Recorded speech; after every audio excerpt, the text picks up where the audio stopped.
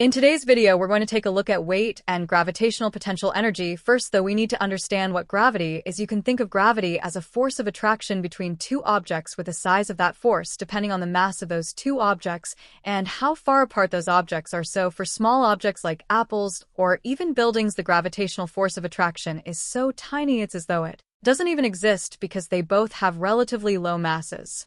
And the same goes for very large objects that are really far away, like Jupiter, because the distance is so far. However, for very large objects that are also close by, such as the Earth or the Moon, gravity is felt far more strongly and have a big influence over nearby objects. We call this field of influence around an object its gravitational field, and the strength of this field is called the gravitational field strength, which we show with the letter G. For Earth, this is around 9.8 newtons per kilo, while for the Moon it's just 1.6 because the Moon is a lot smaller than the Earth.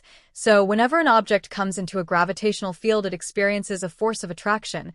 And in physics, it's this force that we refer to as an object's weight. To calculate an object's weight, we take its mass and multiply it by the gravitational field strength, as this formula will tell us exactly what the force of attraction is. For example, if a person with a mass of 60 kilos was on Earth's surface, then they would experience a force downwards towards the center of the Earth of 60 times 9.8, which is 588 newtons. So we could say that their weight is 588 newtons. Now, you've probably noticed that this isn't how we normally talk about mass and weight in real life. Normally, we say that we weigh 60 kilos, not that we have a mass of 60 kilos. This is just one of those times where the technical physics terms are different to everyday language, and you basically just need to be aware of this difference and know that when you do a physics paper, weight and mass are two different things, with mass being an intrinsic property of an object while weight is the force acting on it in a gravitational field. So to lift up an object and overcome this force of gravity is going to require energy or work, and this energy that we use will be transferred to the objects.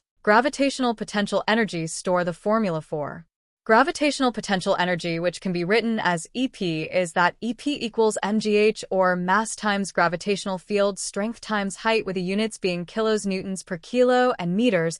And as gravitational potential energy is a form of energy, it's measured in joules. As an example, let's imagine we have an apple with a mass of 100 grams, and we throw it 3 meters up in the air. What is its gravitational potential energy? The first things we need to do are write out our equation and check that everything's in the right units. So we need to convert the 100 grams into kilos by dividing it by 1,000 to give 0.1 kilos. Next, all we need to do is plug these values into the equation. So our calculation becomes 0.1 times 9.8, which is the gravitational field strength for Earth, times 3, which is our height.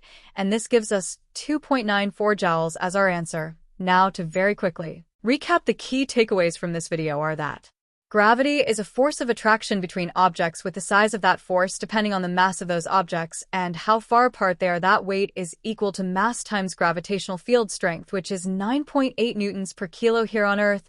And finally, that gravitational potential energy is denoted by EP and equals mass times gravitational field strength times height. And that's everything for today. So if you enjoyed it, then please do give us a like and subscribe, and we'll see you next time.